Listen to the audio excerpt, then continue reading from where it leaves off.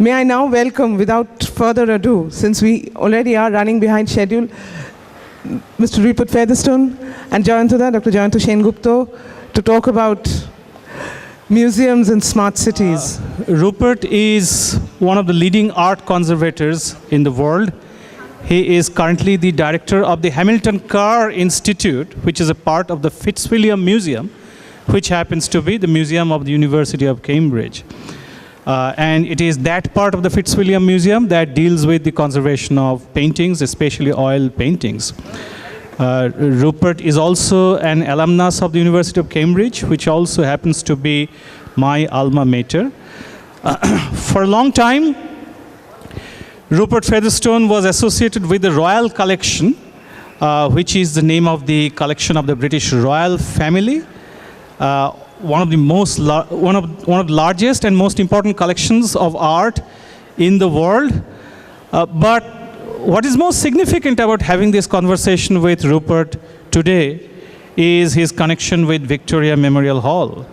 Because back in the 1990s, early 1990s, and it would be about 1992 to 5, yes, from 1992 to 1995, Rupert was here in Kolkata for 3 years, working as a chief restorer of a team of international conservation and restoration experts who worked on conserving and restoring the collection of paintings in the Victoria Memorial Hall under the aegis of the Calcutta Tercentenary Trust, which came up in 1990 with the patronage of Princess Alexandra, the first cousin of the British Queen, Queen Elizabeth II, and the then governor of West Bengal, Professor Syed Nurul Hasan. So back then, Rupert led this team who painstakingly carried out conservation and restoration on the oil paintings in the Victoria Memorial Hall, and they also trained our own staff in those units to pick up the skills necessary for the restoration of these oil paintings. And some of the most remarkable fruits of their work is on display right behind us in the Darbar Hall Gallery, where we display about 70 of those paintings of very eminent European painters like Thomas and William Daniel, Johann Zoffany, Tilly Kettle, and so on and so forth. So it's therefore great to have Rupert back in Kolkata, here in the Victoria Memorial Hall, which now happens to be India's most visited museum, and most certainly the most prominent visual icon of Kolkata. And the work they did under Rupert's leadership is in a great way responsible for Victoria Memorial's emergence to that status. So thank you very much, Rupert. It's great to have you back in Kolkata. Welcome back. And so how does it feel to be back in Kolkata after 20 years? You know, what's the change, if at all, that appears to be most striking? Very briefly, it's wonderful to be back. I loved being here. The people, the city, the Victoria Memorial, all of those places and things have a deep meaning to me. The changes, I thought, well, maybe it hadn't changed. I think the more I'm here, the more I realize, of course it has. There are things that are familiar, but suddenly I see a new flyover, or I see a different building or something, and of course the people have changed, and I've only been in here for a few days, so there may be all sorts of advances that I haven't picked up on yet, but the heart of the city seems the same to me. I wandered the streets a bit when I first arrived, just walked around some of the areas I used to know, and although they must have changed a bit, they still felt familiar. So I was rather heartened by that Kolkata, sorry, it's changed its name, of course, hasn't changed fundamentally. I know there are lots of things happening. I know that the modern world is not going to leave you behind, and you're going to be running with it. But there's something so very special about this city to me, and that's one of the reasons I wanted to come here and work on the conservation project in the Memorial Hall. Thank you. Why don't you tell us a bit about the work you did for Victoria? Sorry, one disclaimer in the first place, that although this conversation is titled Museums and the Smart City, Rupert and I were talking about what we were going to talk about today, and we decided that it is, it makes sense to dwell on museums, and one of the critically important elements in the museum profession, which is the work of conservation, which gets the least publicity. It's mainly backstage work, behind the scenes work, and because Rupert is a leading expert on that, it's a great opportunity to focus on that part of the museum profession today. So we are not really going to talk about smart cities in that sense, although museums and their place in modern urban societies is going to come up during the conversations, but mainly this is going to be a conversation on conservation and related matters in the museum. So yes, I mean, what work did you do for Victoria Memorial Hall back in the 1990s? And I wonder, what was the big deal about the collection of the Victoria Memorial Hall that merited this intervention by this international team of experts? Why was it chosen by the Calcutta Art Century Trust and not any other museum? The reason for that is, I think, in my opinion, lots of other people, the collection here is absolutely unique, and it's a much better collection visually covering that particular period of history than any other museum I know. All right, it doesn't cover many sort of aspects, the archaeological or the other cultural aspects, but for the sort of British-Indian interaction and how the British saw India and what happened after that, this collection, and particularly the oils, and I think the works of art on paper, there's nothing like it anywhere else in the world. The Daniels, for example, there's about 35 or so oil paintings by them here. I think the next biggest collection is only 10, which I think is in Yale, in the Mellon Centre, and there's a few in the Royal Academy. They're very rare, partly because oil doesn't work terribly well in the Indian climate, that we'll come to that later, and it's an unparalleled collection. So if you're interested in that vision that the British had when they came, and how they tried to interpret it in their own way, and then how oil painting began to be taken up by Indian artists through the next century. This is a pivotal collection, and there was a huge backlog of work. The conservators here could not cope with it. We were made aware of that. We wanted to help. One of the things was training, because if we could help get them to the sort of absolute top international level, then of course the work will be done over the next 20, 30, 40 years. It never stops, of course. Conservation, if you want to keep things you value, you've got to keep looking after them. There isn't, oh, we've fixed it now, forget about it. You've got to keep an eye on things. But there were a lot of paintings there which were reaching the end of their lives effectively if we hadn't done something. The materials were beginning to break down, or the effects of the climate were taking their toll more than the paintings could manage. So it was very much a sort of rescue opportunity in a sense, but coupled with an idea of planning for the future, because of course the collection's much bigger than the 70 or 80 or 90 we did. There was works of art on paper which were looked at. There's a very big collection here. I'm sure there's lots of more things to be done. So that was the rationale, and what we decided to do was to treat each painting as fully as we could, to remove all the old accretions, the old varnish, the dirt, the old restorations which had disfigured them, because the old restorations had differentially aged from the paint, of the original paint. And in doing that, you often make discoveries. You find signatures, you find dates, or you realize that the painting you thought was rather dull is actually rather wonderful. It was just layers of dirt on top. And one of my particular thrills was finding out how wonderful the Thomas Daniel paintings were that he painted in India, which were so much more alive than the ones he did when he went back to England, working from his sketchbooks and memory. He churned them out a little bit then, but you've got some of the best ones here, the early period, as it were, which are a wonderful painter's response to the Indian landscape, to the people to a certain extent. The people are often quite small in Daniel's paintings. Other artists took the people more seriously, but revelatory to me. Yeah, and historically these are important because prior to the coming of the camera around the mid-19th century, these are the only visual tools available for reconstructing what Indian life and landscape looked like.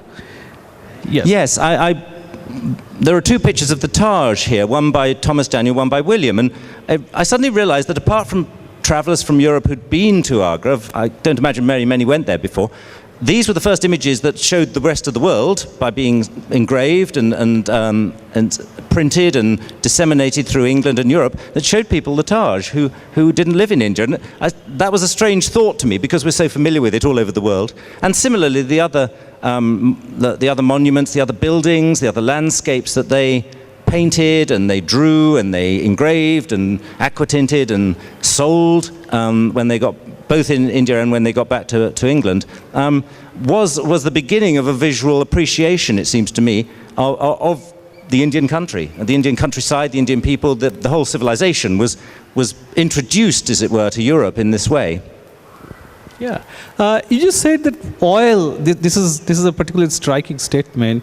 Oil doesn't work particularly well in the Indian environment. Yes, that's the idea that one has, that oil painting is a style that evolved in the temperate climates of Europe. So was this something not naturally suited to the Indian environment at all? And if so, then how was the whole enterprise of producing oil paintings and maintaining them over a long period? How was it done? How was it adapted to Indian conditions? And I ask specifically because we're still grappling today with the problem of storing and displaying them in the proper environmental conditions in climates which are completely alien to Europe. That is quite true. Oil painting developed in a temperate climate. Oil itself is a very durable medium. When it's mixed with pigment, it tends to last very well. It's the canvas you put it on, the glue that holds the canvas to the ground, all the other bits of the sandwich, as it were, because a painting is like a sandwich of many layers. Those are the things that give way, and the problems actually do exist in Europe in a slightly different way. Someone was saying to me earlier, well, you don't have problems with fungus, do you, and mold? And I said, yes, we do, but we have cold fungus. We have it in the winter when the temperature drops and paintings which are not stored properly will begin to grow mold, whereas you'd have it in the summer with very high humidity levels. So we do have those problems. I think the European artists couldn't see another way of doing it. I mean, they were used to painting in oil. They drew watercolor, of course, which, if it's protected, is probably slightly more durable in a strange way than an oil painting sitting on a wall. The other thing that happens with oil is that as it ages, it becomes less attractive to things like insects. So I suspect that if an oil painting survived the first 20, 30, 40 years of its life here, it had hardened up sufficiently that it was then all right. And it's quite significant when you look at the numbers of paintings that, say, Zoffany did when he was here. They're listed in some of the inventories. Barely any of them remain. They've almost all gone, and one guesses that might have happened quite early on in their lives, and the canvas degraded, and maybe they fell off the walls or something, and the paint fell off, and no one fixed them. And the challenges of looking after any object in a climate, it doesn't have to be the Indian climate, any variable climate, anything that changes, that's the issue. If you're in stable conditions, or if you're in gently moving conditions, in other words, if you have a slight increase in humidity and a slight increase in temperature, and it goes down again over a long period, you're in much safer territory. As soon as you start having wide variations, and whether that's caused by central heating in Europe or the climate here, you have to try and protect them. And we did look at the air conditioning issues, and we looked at all sorts of things there. Our feeling is that, in a way, passive control is much better if you can achieve it, that doesn't rely on generators or power supplies or maintenance of kit. And the best designed modern buildings are passively much more stable. And I think older museums can be adapted in some ways to do that. And the funny thing about the environment here is that it's an open building and there's a lot of airflow, and that's a brilliant thing for paintings. It stops stagnant air, mold, whatever, building up. So I was quite amazed how little damage there was to the paintings from mold or fungus, considering. Really quite surprising. And I think that was down to the original shape of the building. And the trouble is, as soon as you start putting in lots of doors and windows and air conditioning, you stop the airflow, and you have to then keep the air controlled in other ways, and it becomes much more complicated. So yes, oil paint wasn't developed for here, but I think one can get a set of guidelines as to how oils can be looked after without spending a fortune, without making things too complicated. A lot of passive or preventive conservation, we call it, which is just protecting them, buffering them a bit, keeping them away from the obvious damaging sources of whatever it happens to be. A lot can be done like that, and it's all to do with awareness and the conservators, the curators, whoever it is, knowing the facts. The trouble is, if you put them away and don't look at them for sort of 30 years, that's when the trouble might happen, because you don't know what's going on. So it's to do with an awareness and a sort of collections management, for which you obviously need good curators, good conservators, and that's another challenge, I think, to get lots of good people. I mean, the same in Europe. We find in European museums, we just don't have at the moment all the funding we want for the work that's necessary. So that is a challenge, and bringing up the new generation of conservators, which I think in the past hasn't necessarily been a very glamorous occupation, certainly is something we concentrate on in our department in Cambridge.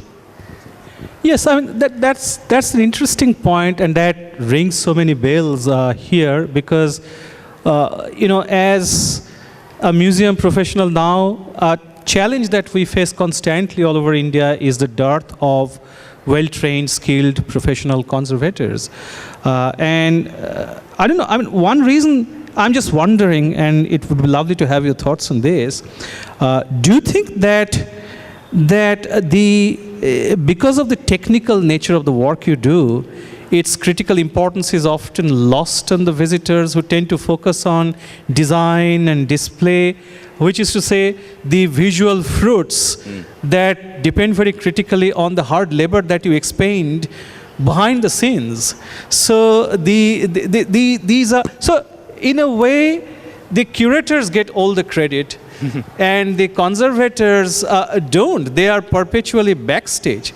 So it may not be cool enough or sexy enough for young people to be attracted to the profession of conservators. Is that a case? Yes, I think you've got a very good point there. Certainly in England, until quite recently, that was the case. The conservator was a technician behind the scenes, and you'd never see them talking on the television or explaining particularly what they did. And gradually, over the last 50 years, the profession has become, well, it has become a profession rather than a trade. I think that was the difference. That now we look for graduates who really understand the art history, the ethics of conservation, the scientific background, the history of the objects they're working on, the context in which those objects have to be seen, because you have to think, the cultural context of something as much as the object itself. So it's much more complicated than people used to think. And that then becomes a much more interesting subject to study, as long as you can then be sufficiently rewarded. And one way we think of doing it is to start on the internet, particularly having information about conservation when there's a big project. So if you go to the museum, you can look online or look on your phone and see, oh, that's what's happened here. And actually sort of putting conservation out, that you're right, if conservation is done well, it should be anonymous. No one should come along to a painting and say, oh, I know who worked on that one, because you only want to look at the painting. Or if it's an archaeological object, you don't want to be looking at the repairs, you want to look at what the object is. So it's anonymous, it's very self-effacing, but there are other ways to deal with that. And the one thing that's also done sometimes, if you have the confidence to do it, is to do the work in public some of the time. And you have workshops, and you can actually be working on an object, and maybe have question and answer sessions with the public, this sort of thing. Gradually that begins to raise awareness. And I think if we were to talk about smart cities, it would be the internet, as it were, dimension of letting people know what goes on behind the scenes. It's not always possible to bring them into studios, because they're often not much space, and it would interfere with the work. But you can do those sort of studio tours occasionally. But I think there's lots of ways of telling people what is done, and explaining that if it wasn't done, your material culture would go. And just before we were talking about those objects from the First World War. They may be durable, they may not be, but they've got to be looked after. If those documents had not been looked after, none of that lecture would have been able to talk about. He wouldn't be able to talk about those objects. And one has to sort of try and show people the value that will be lost if nothing is done. Yes, I mean, so you think that there is a good case for museums trying to showcase the work that is done for conservation. Yeah, I mean, for museum displays, we use objects to tell stories, stories of history, stories of the world, and the best example of this is this book written by the outgoing director of British Museum, Neil MacGregor, titled The History of the World in 100 Objects. Do you think and this is an important case for us as we are both in the Victoria Memorial as well as in the Indian Museum, we are redesigning galleries, we are refurbishing the display systems. Do you think that there is a good case for us to try and incorporate stories of conservation, stories of this backstage work, to incorporate them in the biographies of the objects, in the stories that we tell around them to the visitors? Yes, I think there is. You have to pick and choose the right ones, but sometimes the conservation makes a discovery, maybe a big discovery, maybe a small discovery. From my experience, sometimes it's just a change in a date, or the fact that the painting wasn't actually painted by someone we thought it was by someone else. Now that may be only of minor interest, but other times it has a bigger bearing on the wider cultural context. And a lot of what we do is research into how things are made, and you can make a lot of people very interested in the act of creation, how one's heritage was created. It didn't just happen. And I think that's one story that comes out of conservation. It's not necessarily a conservation story, but it's a discovery that you make while you're studying that object in such detail, while you work on it. And I think the internet, you can't necessarily put up a poster next to every painting or whatever it is saying this is what it used to look like. I mean, that might be just distracting, but I think it's a very good idea to bear in mind when you're putting your exhibitions on what the conservation aspect is. In Cambridge at the moment, we've got 200-year anniversary of the Fitzwilliam.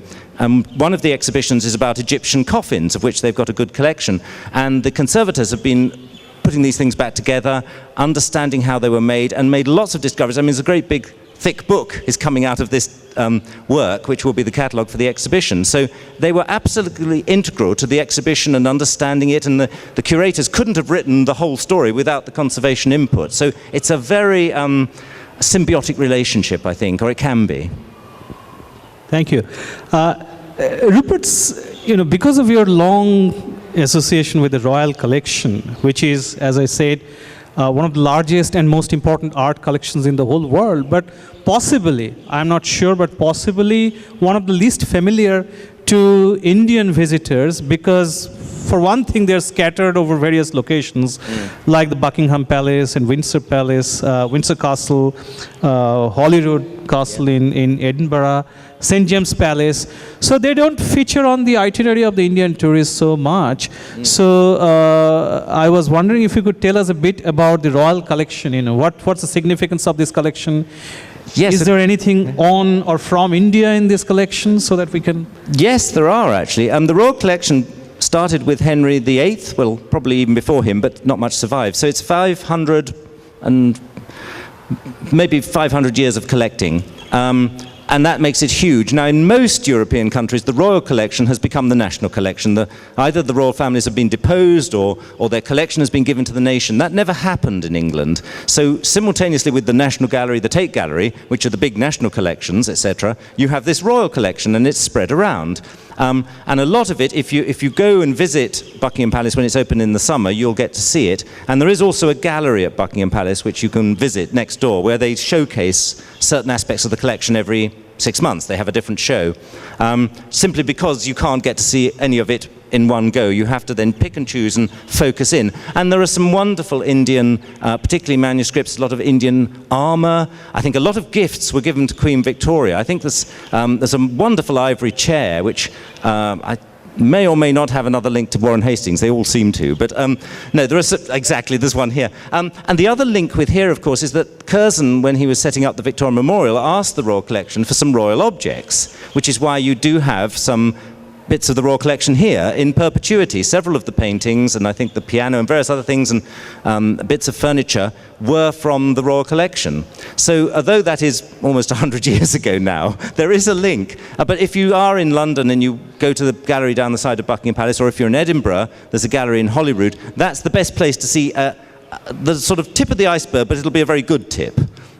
Yeah, so were those paintings and the piano, were they loaned in perpetuity, or? I think some were given, some were loaned, and then in 1947 nothing was made clear, and they were effectively handed over with the rest of India to the people. So it's in a way, yes, they were given. I mean, they were all given. Well, that's fantastic, because the British took so much without asking, in any case. So it's nice to have a few of those back. Yeah. So, yeah, I mean, one thing that comes to mind is often people don't realize how critically important the work of conservation is to the whole enterprise of art history, because it is through the work of conservation that you sometimes come across very surprising discoveries, unexpected discoveries which lead to the shedding of new light on artists, or maybe a complete reinterpretation of those artists. So in your long career as a conservator, what would be the most surprising discoveries that you have made? A few examples? Well, very briefly, from the point of view of art history, one of the things that people find really interesting is it a real thing or is it a fake? because I'm hoping not the case in the Victoria Memorial. I think everything here is absolutely right, but certainly there's a lot of controversy about partly because of the monetary value. Obviously, if there's a Caravaggio painting, which is a genuine Caravaggio painting, and it were to be sold, it's millions of pounds, millions of dollars. If it's a fake, it's not worth anything. It may be a brilliant fake, it may be artistically valid, but it has no monetary value. That's maybe only one side of it, but also the cultural impact of knowing that something's real or not even is very interesting, even though everyone believed something before it was unmasked, and then suddenly they find, oh, it's not the real thing. They view it in a totally different light. And a lot of the work we do is looking into that, trying to discover by looking at what the pigments are, what the wood is made of, what date the wood is from the dendrochronology. Are we dealing with a genuine article? So I would say that that's always interesting. It can be very challenging. The other thing we do a lot of is scientific investigation, which is, I think, something a lot of people find interesting in the general public, where you start x-raying things to see what's underneath. Infrared is a very good system for discovering the way the painting was built up, and we've had a lot of discoveries like that have changed an attribution. Not long ago we had a painting which we were not sure what it was, but we proved reasonably satisfactorily I think it was a Rembrandt. So, you know, that sort of thing, it has a lot of bearing for the owner of the painting, but I think wider, there's an interesting story, the detective work, the mystery of it all, the narrative of where do we go, which line do we follow? I find that interesting, and I think a lot of other people do. And then when we tell conservation stories, that's often the line one takes, is the route of discovery.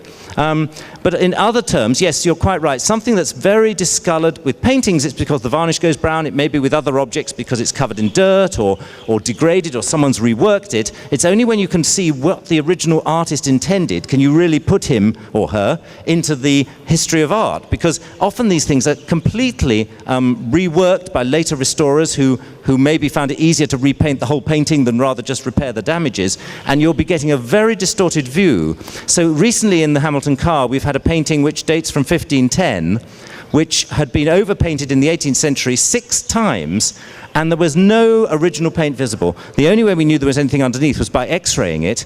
It was very damaged, we realized that, but we've now uncovered a painting by a friend of Titian, Sebastiano del Piombo, which is a really interesting, beautiful and important painting in the history of art, which was a total loss until, and admittedly it took us about 3 or 4 years to do this, so it's by no means, you don't undertake it lightly, but the discovery there was to get back to a painting which was effectively completely lost to art history and to the public. And that sort of thing is what we really enjoy doing. Yes. Was there any case like that in the work that you did in the Victoria Memorial, by any chance? I think what we found here was more that there were signatures and dates that people didn't know about. So we could say, oh, that's so-and-so, that's not by Hodges, it's by someone else, or the other way around. Certainly with the Daniels, we worked out which ones were done in India and which ones weren't, and we could see a chronology.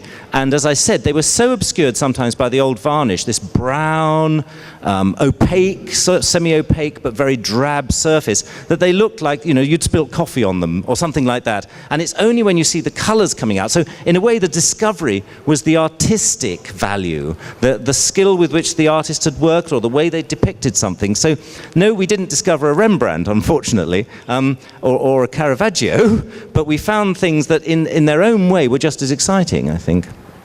Yes. We are running late, so we have to wind this up as quickly as possible. So what do you think are the most exciting opportunities as well as the most critical challenges in the field of conservation now worldwide? I think one of them is the awareness angle. It's the making governments, making people, making everyone aware how important it is, because it seems like a luxury. People think, oh, well, you know, if we don't fix that object or that painting, or it'll last, we'll do it next year. And of course, if you say that too long, it won't last and it won't be there next year. And I think that's the pressure we have to put on if we value things, whatever they are, our cultural history, our material history, as it were, of our cultural history. We have to actually then campaign, train more people, raise the status of the profession, publish, research. So there are lots of technical challenges to deal with climate and the materials you use and things, but those will be solved. There's a lot of researchers out there, there's a lot of very clever people working in the field across the world.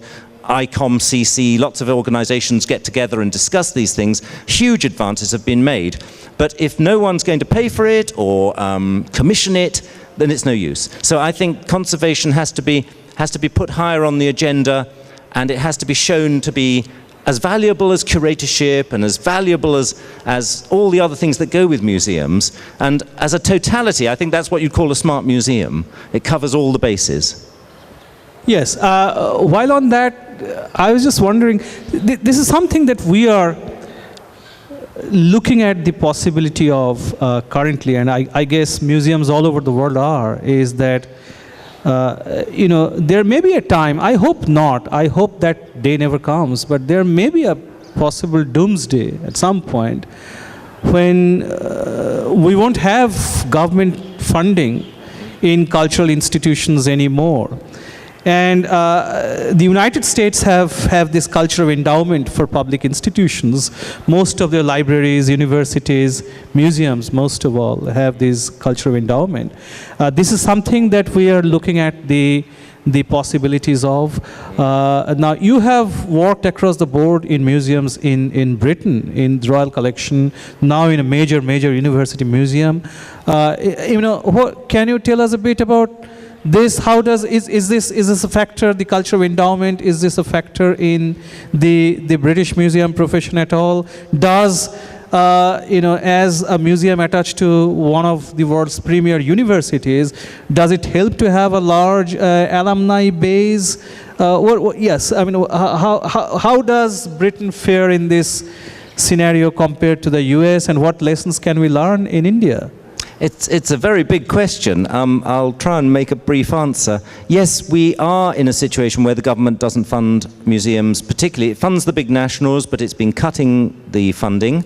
And museums like university museums only get maybe a quarter of our funding from government, and the universities often take us a bit for granted as well. So there is a lot of work in trying to fundraise from business, from rich individuals, from benefactors, endowments.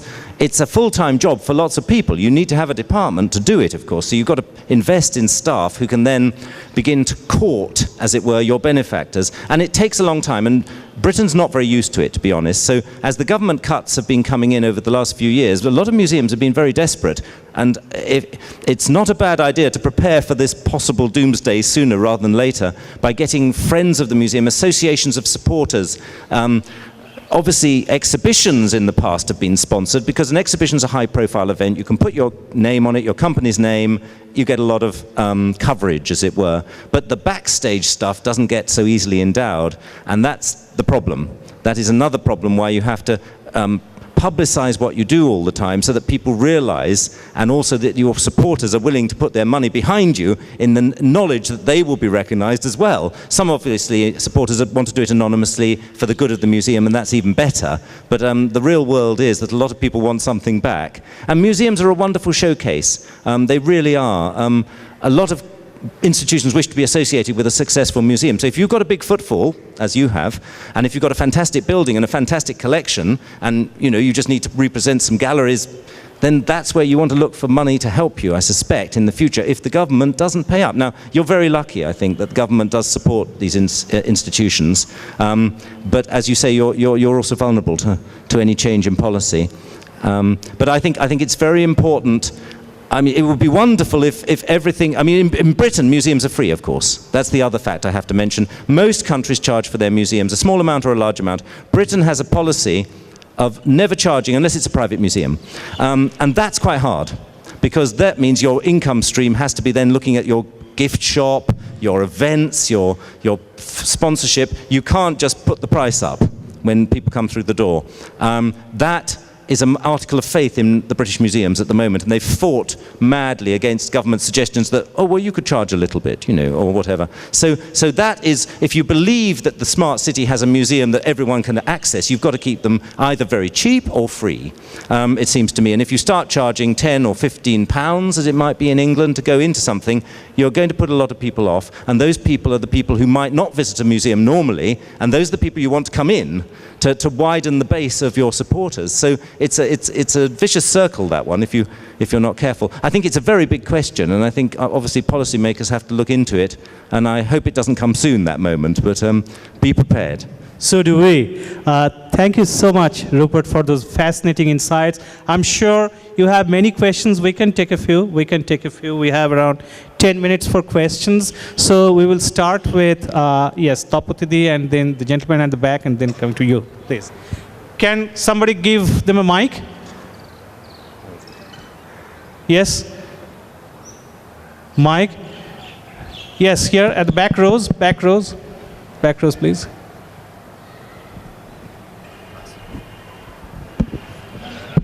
Yeah.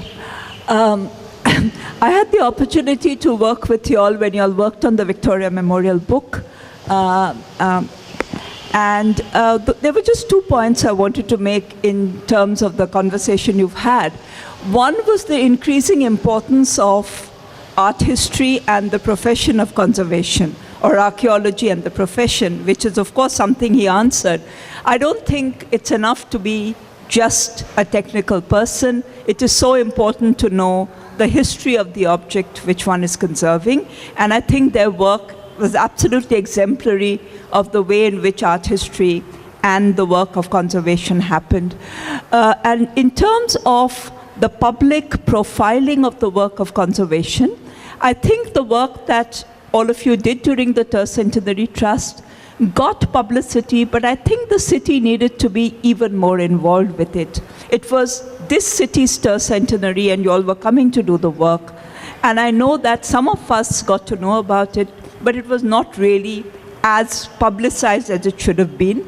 In terms of how the whole process of conservation of a painting could be publicly displayed, we had the example of the Zoffani's Last Supper at St. John's Church, which was conserved, and you had an entire display of the full process by which it happened.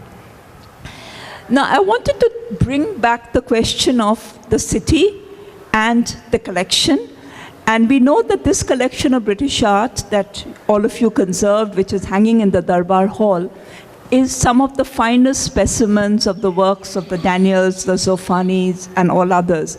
There's some really iconic pieces here, like Mr. and Mrs. Hastings, the Anton Polier piece, which is so widely written about. It's a matter of great regret to me that people in the city, barring the specialist, know so little about this collection. It is the most visited museum in India, the most visited grounds.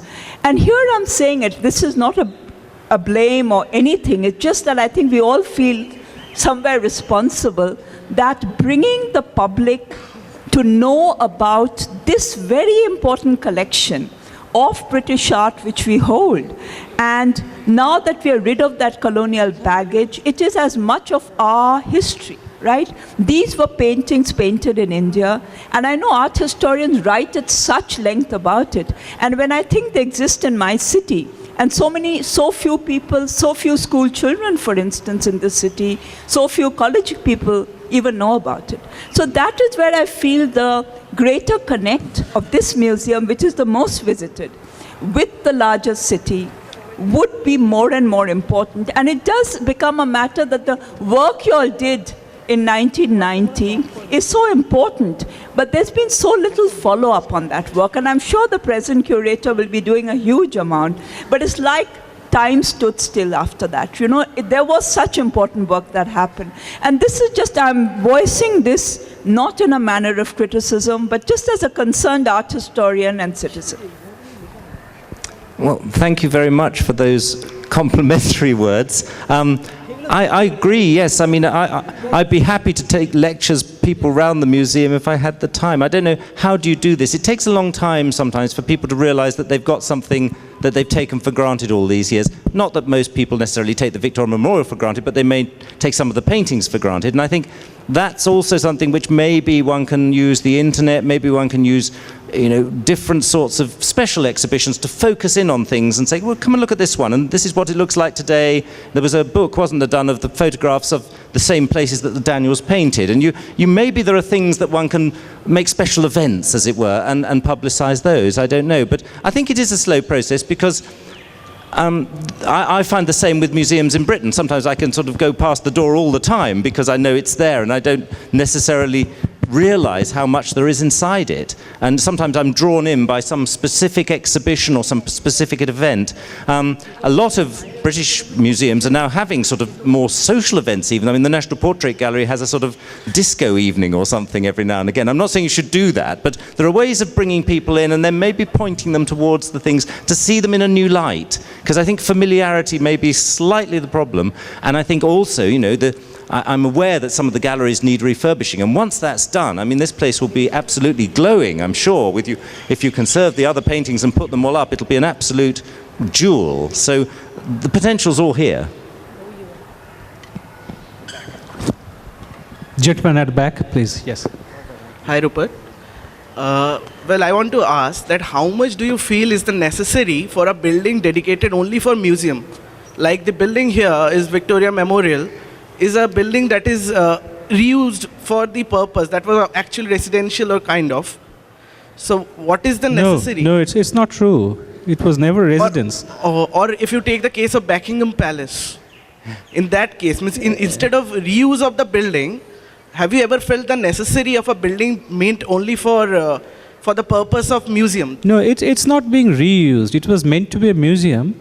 It is not a modern museum building. You know, we have to retrofit many things. That's always difficult. But it was always, the building was built in order to be a museum. Or have you ever felt any space crunch in any way? Yes, we have. Yes, we have. Because it's a, you know, this was the foundation stone was laid in 1906.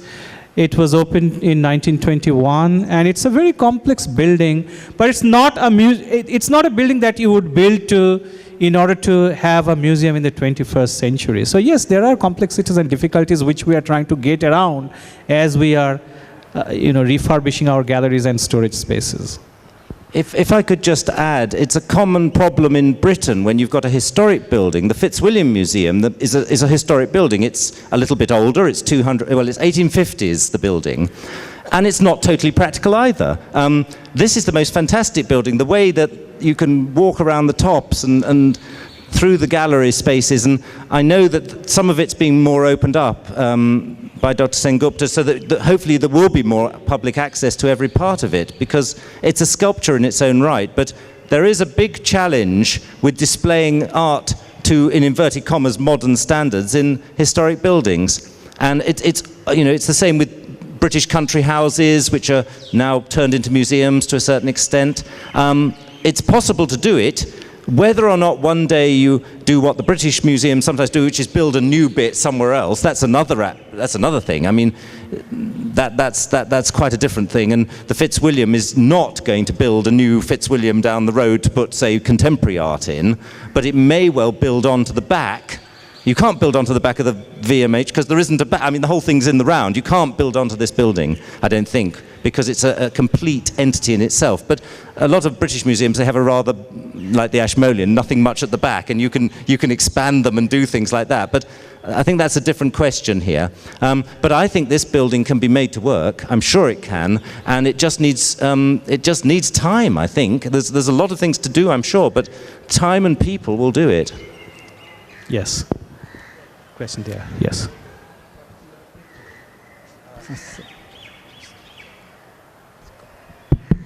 My question is about a particular picture.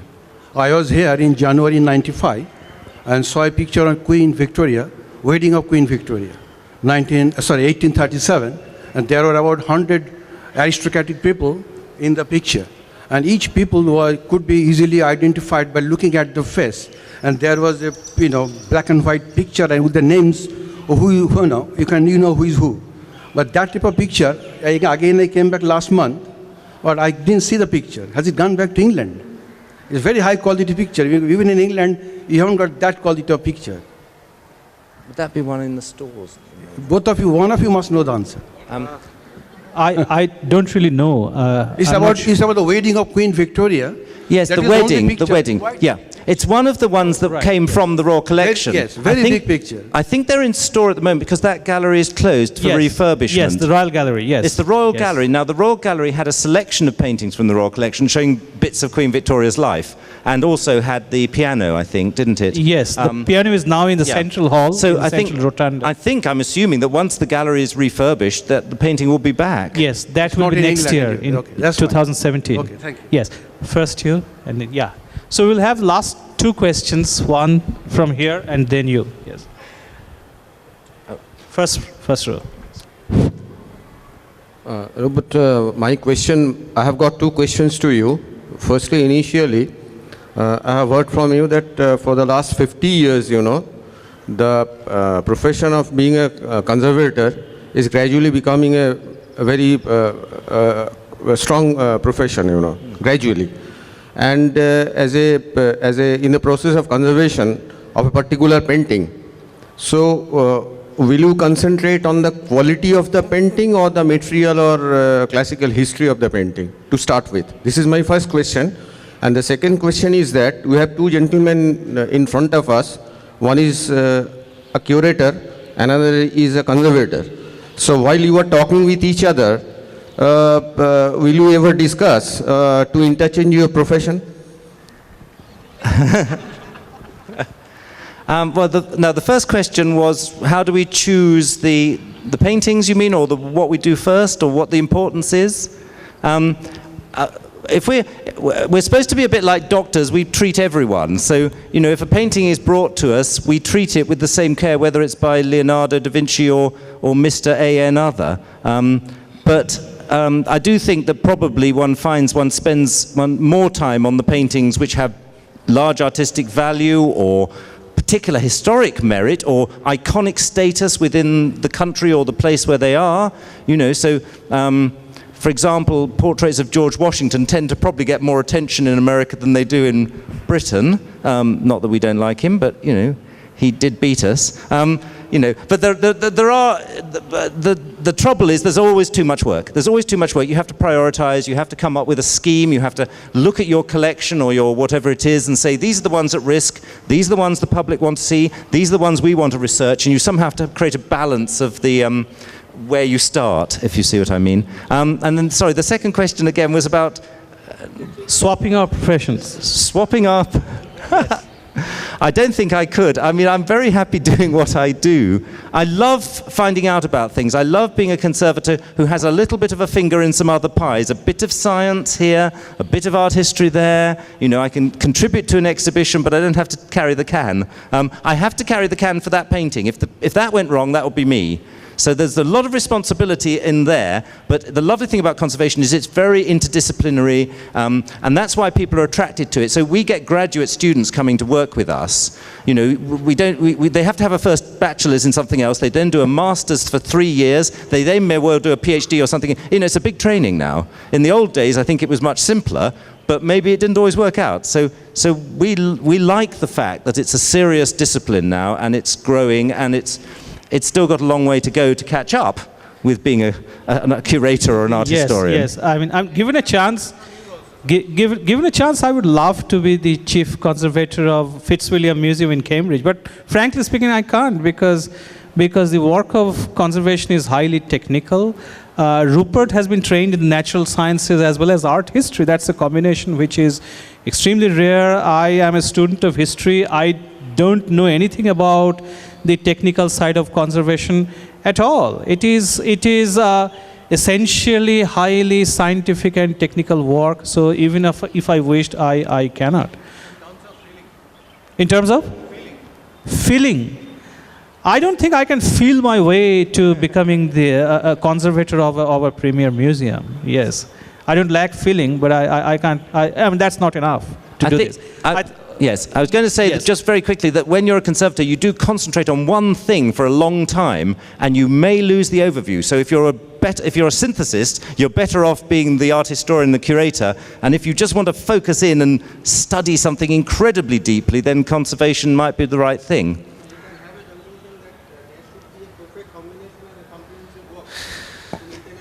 Probably. Yes. So last two questions first here, and then Arno.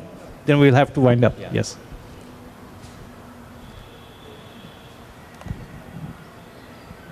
Yes. Good evening. We have heard a lot about museums. Could you tell us about smart cities? Because my husband has been to Moscow and he tells me a lot about it. Unfortunately, I could not go with him.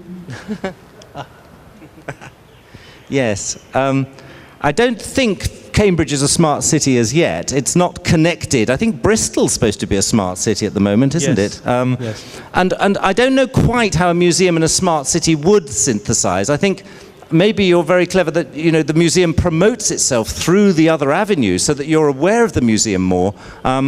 Or maybe somehow the things in the museum can be sort of disseminated in some way so that you're aware of them, but you say, yes, I must go and see the real thing. I think the danger is sometimes by reproducing, as it were, through whatever format the objects in the museum, people think, well, that's it, I don't need to go to the museum now. I mean, there's a strong argument for digitizing, for example, lots of documents and manuscripts so they don't have to be brought out of the stores and handled. That's fine, because usually you don't need to see the original document to understand it. Sometimes you do. Sometimes you need to see what's been rubbed out or scratched through or maybe under the surface. But with a painting, if the smart city sort of projects the painting all over the lampposts or something, you're demeaning slightly that object, which still has its own importance to see in the flesh rather than just as a copy somewhere. So I think you've got to be quite careful about diluting the museum. Yes. Arnav. And ladies and gentlemen, that will be the last question. Hi. Being a student of history, this session excites me very much. And I wanted to ask, keeping in mind the cities you're talking about, where do you see conservation going ahead in the next 50 years? I mean, let's be practical, not think of 100 years. But where do you think conservation fits in emerging economies around the world? I mean, the West is a lot sorted. They're very pedagogical, very clinical in the way they approach the science and they practice. But why I ask is, I picked up this very interesting thing on my Twitter feed on first post. 8 officials in Egypt are sentenced to life for having developed a botched conservation on King Tut's sarcophagus. And what surprises me is Egypt has this history of thousands of years, but it's an emerging economy. And politically, geopolitically, culturally, how do you see conservation fitting in? Because it's a very important aspect, and that's the history that we have. It's a lot of history across our countries and nations which are not very developed, but very strong culturally. Yeah, that's a very big question to try and answer quickly. I think one of the things I'd say is that an emerging economy, if it was able to grasp it, could avoid making the mistakes that have been made in the older economies, in conservation terms as well as in other terms. So a lot of what we do is trying to put right the conservation that wasn't done right before. Now, if you're well informed, and I think the good thing is there's a very strong international bodies that do disseminate, and I've been to international conferences with people from all over the world, and Latin America's coming on strong, and India's coming on strong, China, etc., etc. There are all sorts of people who have an urge to preserve. And it can't be at all costs. Of course things change, of course things have to go, things won't last. I mean, the amount of stuff that's been lost in any given country is a massive.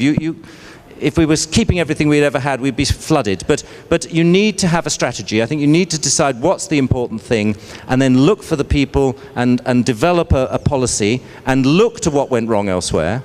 Definitely. I mean, as I was saying, don't start putting air conditioning into some wonderful old building that's been beautifully ergonomically designed by someone who's got hundreds of years back behind them, because that goes wrong. You can mess things up that are in balance if you're not careful. So you've got to be very careful not to just say, oh, we're going to use this new technique, we'll use this new material. Often the traditional materials used properly are still better. Not always. So one has to be quite careful not to just say, I'll embrace the modern, to take the best out of the modern, but to keep the traditions that often were the traditions of the creators in mind. And I think that's particularly important in tropical countries where the climate is more inimical to anything. I mean, it's not just oil paintings, it just degrades quicker here. Everything does. So you need to look at what traditional methods have also, how that's worked, as much as you do looking at the modern research. But they've got to go hand in hand. And the thing is that knowledge needs to be shared, and it should be possible for people to look at all the research that's been done worldwide, and then maybe the pinpoint where it needs to be more specific for a given country or a given culture. But I think that there's a big challenge there. 50 years, if I look back 50 years, in European conservation, things were quite primitive still. There were a lot of people who had very little training, just doing it in their spare time. There were sort of preconceptions, there were brand new materials that were put on without being tested and turned out to be bad. You know, all that sort of stuff has happened. And one realizes with, you know, humility that when you're trying to repair something that was botched, say, 100 years ago, that we're not botching it in our own time. So we've got to, you know, it does give you that awareness of think it through very carefully and don't necessarily just go for what's new, which I think is something that used to happen a lot. But I think the question's got a lot more ramifications than that, I'm afraid. And there probably isn't time now to answer. Thank you so much, Rupert, for sharing with us your thoughts and giving us those fascinating insights.